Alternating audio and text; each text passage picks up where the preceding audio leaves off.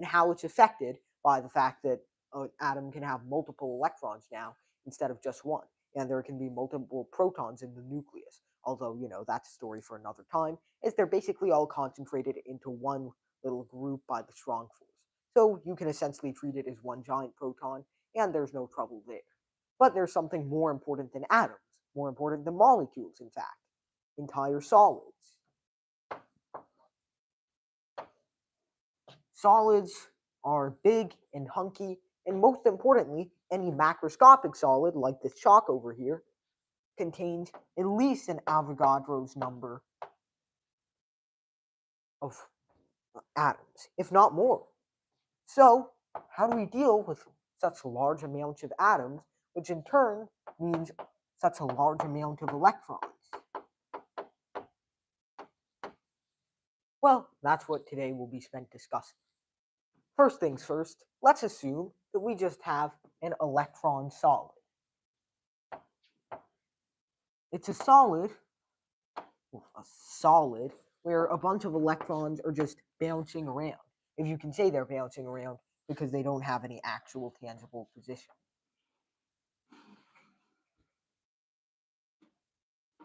So it's going to be a bunch of electrons that don't interact with one another, spreading their probability distribution across this giant nasty cube.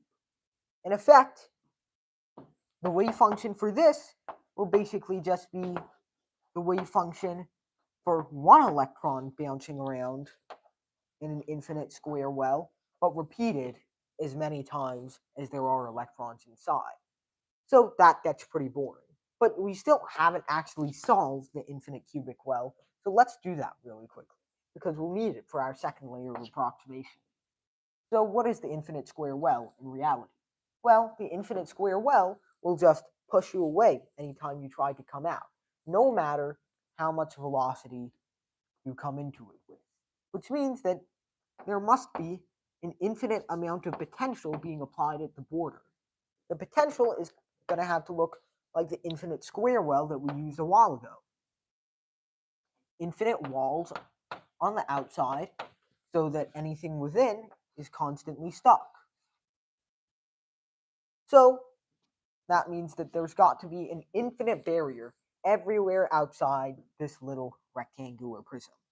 So let's say there's a barrier from 0, x, well no, let's say this is the free spot, 0, y, ly, 0, z, lz, and within this free spot, the force and hence the potential is 0.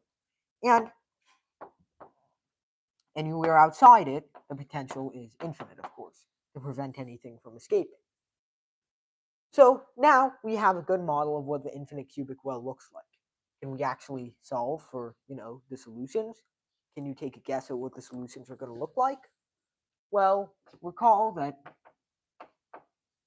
the Schrodinger equation is always written as the Hamiltonian psi is equal to E psi for some energy E, and the Hamiltonian in this case is very simple. Minus h bar squared over 2m nabla squared psi plus u psi is equal to E psi. Of course, within the well and outside the well, the wave function is going to be 0 because, of course, the probability distribution has to be 0 outside the well. There's no way the particle can end up outside the well, which means this has to be 0, which implies this is 0. So outside the well, the wave function is 0. But inside the well, well, this term goes to 0, and I think you can imagine what happens. If you break this down into an x function, a y function, and a z function, you will quickly notice that, well, psi, well, okay, let's break it down into xx, yy, zz. You'll quickly notice that you can isolate each of these individually. You can get that minus h bar squared over 2m x double prime is equal to ex. You can get that minus h bar squared over 2m y double prime is equal to ey. and you can get that minus h bar squared over 2m z double prime is equal to ez. So, quite easily, you can show that, hold on, what's the actual constant going to be? The x function is going to be e to the I something something, so this is going to be over 2me. Yeah, this constant is fairly familiar. So it's going to be e to the I square root of 2me over h bar x. And y is going to be similar. Don't go that deep. I cannot capture that. And zz is going to be similar.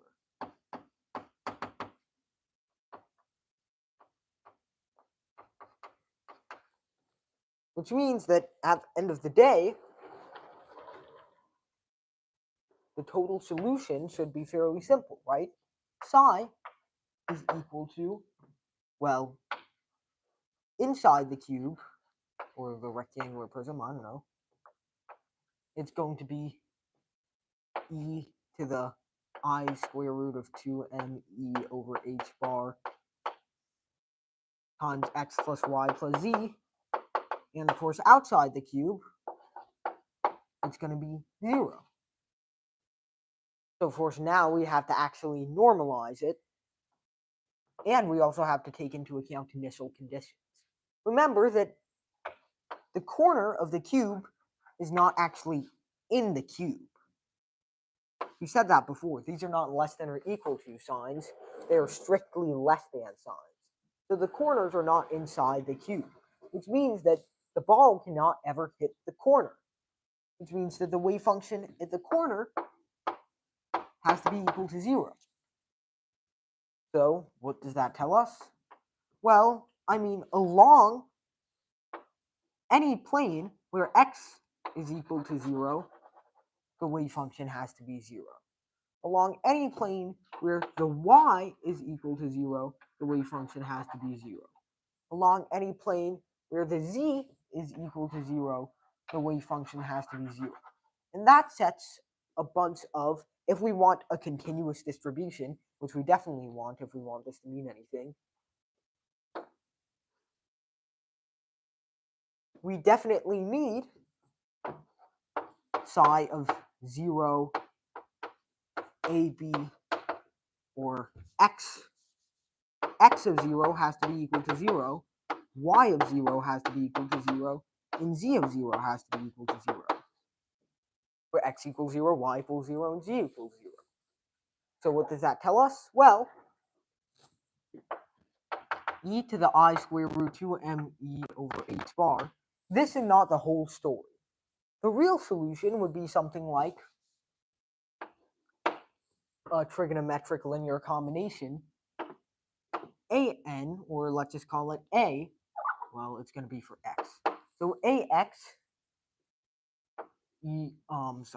sine square root of 2me over h bar x plus bx cosine square root of 2me over h bar x. And notice that, I mean, if x of 0 is equal to 0, what does that tell us? Well, sine of 0 is equal to 0, so this disappears. But cosine of 0 is not 0, it's 1. Which means that if this whole thing is equal to 0, bx has to be the one that's equal to 0. So that means the actual solution looks something like ax sine of the square root of 2me over h bar x, or y, or z. And not just that, remember that it's got to be 0 at the other corner too. It's got to be 0 when x is equal to lx. So x of lx has to be equal to 0. Which implies that, well, the square root of 2me over h bar multiplied by lx has to be equal to n pi for some integer n, which sets a limit on how big Lx can be. And of course, that's also going to set a limit on how big Ly can be and how big Lz can be. They're discretized this way. N has to be an integer in this expression. So that tells us these solids can only be of specific sizes. That's very interesting. So now that also, of course, tells us about the volume of these solids. Now, so far, this is just a solid of a bunch of particles bouncing around, not even interacting with one another. Can we even call it a solid? It's more like a gas trapped in a massless box. So let's try to expand that out. Maybe what happens if we add in a bunch of protons? In a solid, the atoms, and so the protons, are relatively stationary. The protons just stay at the center of the nucleus, and the nuclei aren't moving. And in most solids, we have a crystal structure. You might recall seeing one of these funky things in chemistry. I don't know how to draw these. I'm not a chemist.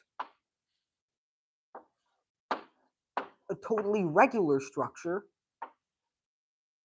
where all of the atoms or molecules are bonded and equally spaced. This is a cubic lattice, and I've already made it go out of control. No, it's not supposed to be connected that way. You know what? I'm not here to be a chemist.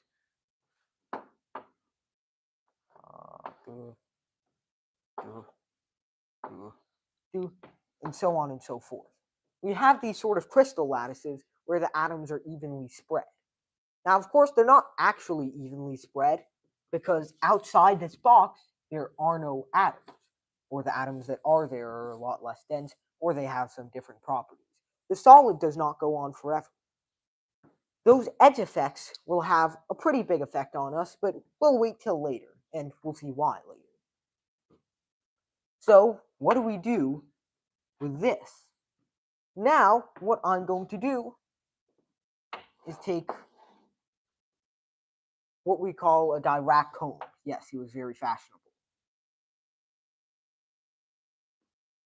Dirac's comb is surprisingly sharp.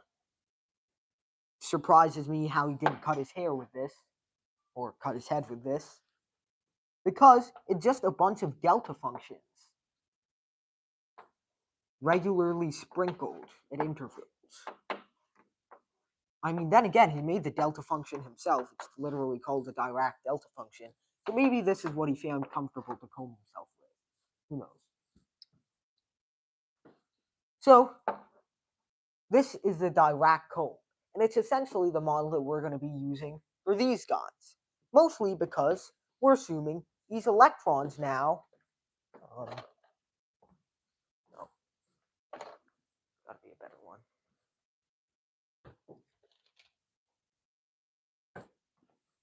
These electrons never escape the proton they're orbiting around.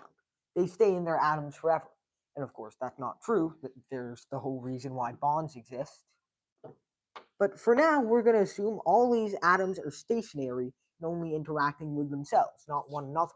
And so these electrons are going to be hopelessly rolling in these small Dirac comb spaces. This is the potential that we're going to be using. And so this potential function, which is just a bunch of infinite cubic wells, I drew them as square wells here, but in reality, the potential function will look a little bit more like this.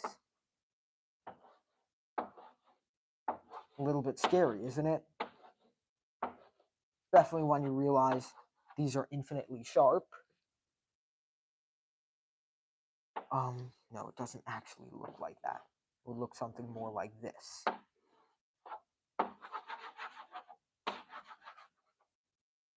So when you have something like this, this is what electrons are dealing with.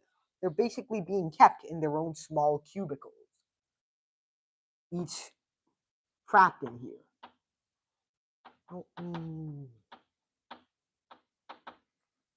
And so, I mean, the solution to this is basically just the Schrodinger equation for a hydrogen atom repeated over and over and over. Now you might ask, well, what happens if there were heavier atoms? Why don't you dive into those? Well, unfortunately, with heavier atoms, you have to add, because this is not insignificant anymore, you cannot ignore the Coulomb's law interaction term. And it turns out when you have this interaction term in here, because of how weird the position operators and the position operators get when you have totally indistinguishable particles like electrons, because of how weird these become, it is totally impossible to get an analytic solution to the lithium atom or the beryllium atom, even the helium atom. Even if we have 2 electrons and 2 protons, and I think 2 neutrons, but they're basically dead weight. This is not simple enough to be analyzed perfectly.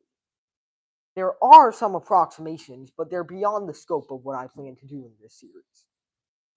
So for now, there is strictly no discussing heavier atoms. Hopefully we'll make an episode on it in the future. For now, I want to get to something also very interesting, and something that also requires heavy approximation. Oh, there's another one.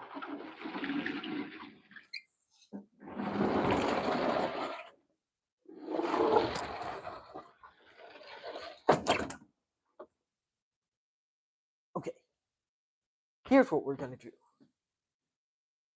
Wow, they're resonating.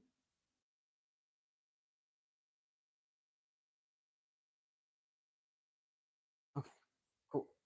So here's what we're going to do. A little something called thermodynamics. No, we're not actually going to do thermodynamics. But it's interesting to us. You know why?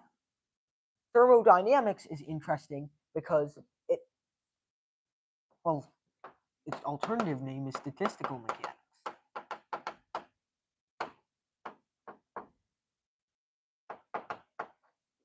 It's time to talk about the quantum state of a configuration of particles.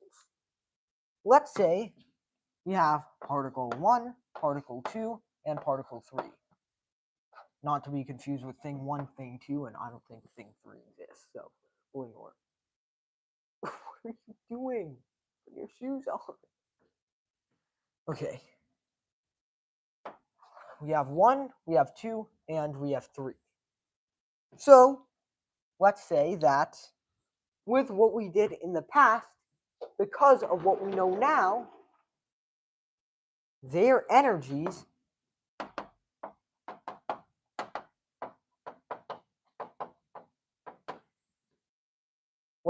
the sum of square of their energies has to be discretized. Well, it has to be, I think, h bar squared pi squared over 2m squared. I don't exactly remember the specifics, but some constant c times n squared for some integer n. So, in this case, maybe it could be 243, and c could be 1. Nobody knows. But whatever it is, a lot of the time, there are multiple ways to solve an equation like this.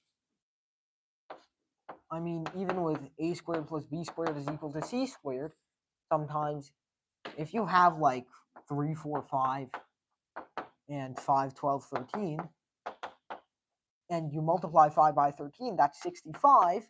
Suddenly, you now have 39, 52, 65, one Pythagorean triple, and 25, 60, 65. Boom, another Pythagorean triple. You have 2 possible configurations that could satisfy the total energy of 65 squared. So, if there are 2 possible configurations, and not just 2, think about it this way. I mean, addition is commutative, so in total it could be 4. Particle 1 could have psi 39, and particle 2 could have psi 52. Particle 1 could have psi 25, and particle 2 could have psi 60. Then, particle 1, particle 2, you can just swap the orders.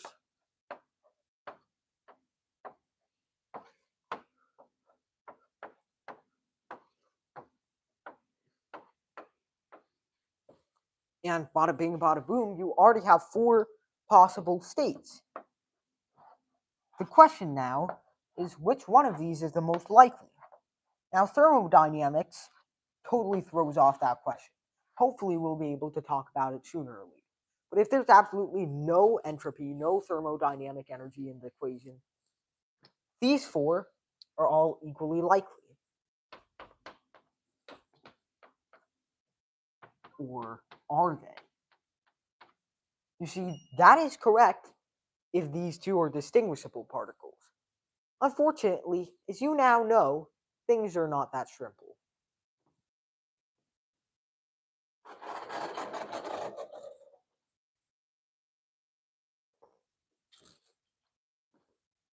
So, how does this change when we're dealing with indistinguishable particles? And does it change when we're dealing with fermions versus bosons?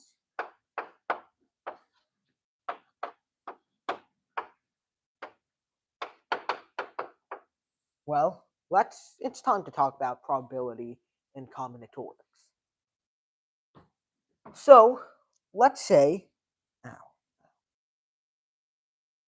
suppose that we have a bunch of possible combinations that could work. One combination,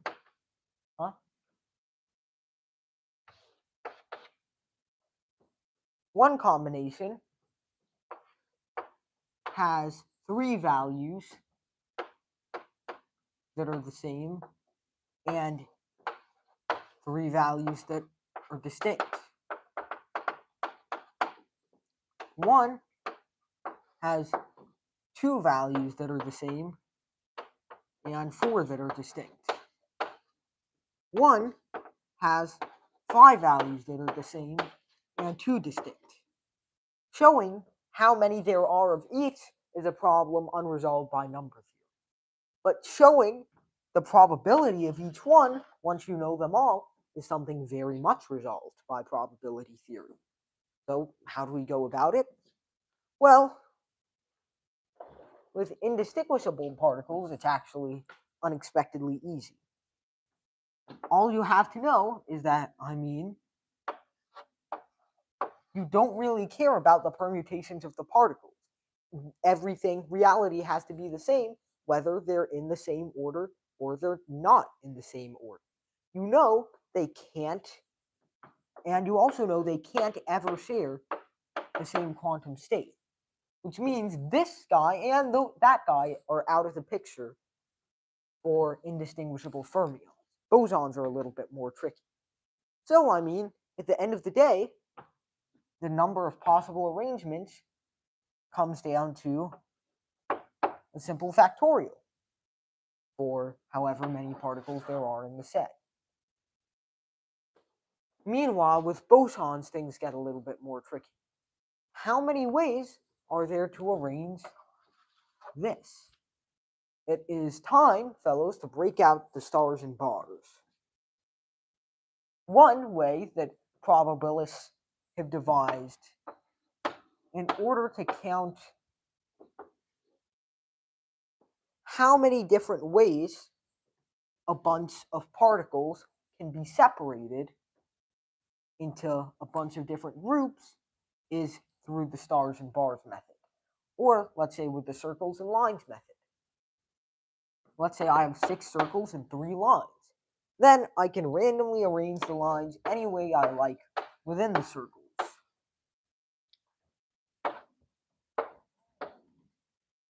Now, I can treat the lines, which are supposed to act as separators,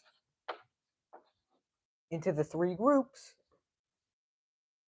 as their own combinatorial object instead of just a division. we can essentially say the number of ways of arranging the lines and the circles is just going to be, well, 9 factorial for the total number of objects. We know that the particles are indistinguishable, so 6 factorial, and 3 factorial for the number of bars. So these numbers still become very large very quickly. So how do we deal with this? How do we get around having to deal with the 10 to the 80 particles that are in the universe and having to take, a factorial of them, or even the 10 to the 23 particles that are in a single crystal? How do we get around the fact that there are so many atoms? Trying to calculate 10 to the 23 factorial would crash any computer. Lucky for us, there's something called the Stirling approximation, which gives us a pretty good idea of how big a factorial is. N factorial is approximately equal to n over e to the n times the square root of n times a constant found by Stirling himself, which is why he gets the credit to be 2 pi. Actually, this was originally invented by de Moivre, which means Moivre has been officially robbed of the name of an identity twice now. I mean, once with Euler's identity, which he originally discovered in nearly exact form, and second for this identity, which he also discovered in nearly exact form. Poor de Moivre.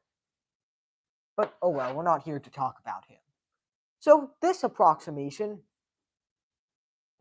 tells us a lot, especially since the square root of n basically pales in comparison. The Stirling approximation allows us to make very quick and easy estimations on how big pretty much anything is. For example, 10 to the 23 factorial, I mean, it's the square root of 2 pi times, well, you have n over e, that's 10 to the 22 times 10 over e. Now, I mean, e is about 3, so this is basically 3 times 10 to the 22. I mean, pi is about 3. Yeah, I'm acting like an engineer here. So this is basically 2.5. And what's in the power? 23. And what's in the square root? Well, this is just going to become 10 to the 11.5, which is basically 3 times 10 to the 11. Bada boom, bada bing. Suddenly I have, well, 2.5. 3 to the 23 is not too relevant. You can just estimate it as, well, what is this? 10 to the 22.5. And so whatever's in here is bound to become, well, 10 to the 22.5 to the 23 is 10 to the 22.5 times 23. And so you can see that the 10 to the 11 pretty much pales in comparison. So pretty much immediately, you've already obtained bing, bing, bing, bing.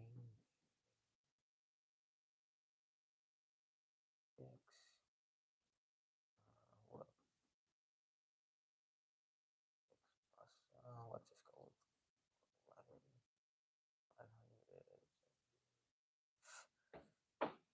11. Yeah, 7.5 times 10 to the 528. That took me like 2 minutes by hand. Meanwhile, you can't even guess what 10 to the 23 factorial would look like from just using the factorial. Certainly, I wouldn't have guessed it to be 10 to the 528. So, as you can see, this method of counting, statistical mechanics, opens up to an absolutely absurd amount of possibilities, an absolutely insane amount of numbers. And with that, we're forced to make a lot of approximations. So tomorrow, at last, well, yeah, I'm pretty much done anyway. Tomorrow, at last, which is going to be the final episode of the series, we're going to be talking about the more practical side of things. How do we apply this to reality? We're going to go a little bit more in depth on the approximations, and especially the approximations that allow us to actually use quantum mechanics to describe everything in the universe that isn't hydrogen. So we'll save that for next time. Thanks everyone for now, and we'll see you in the next one.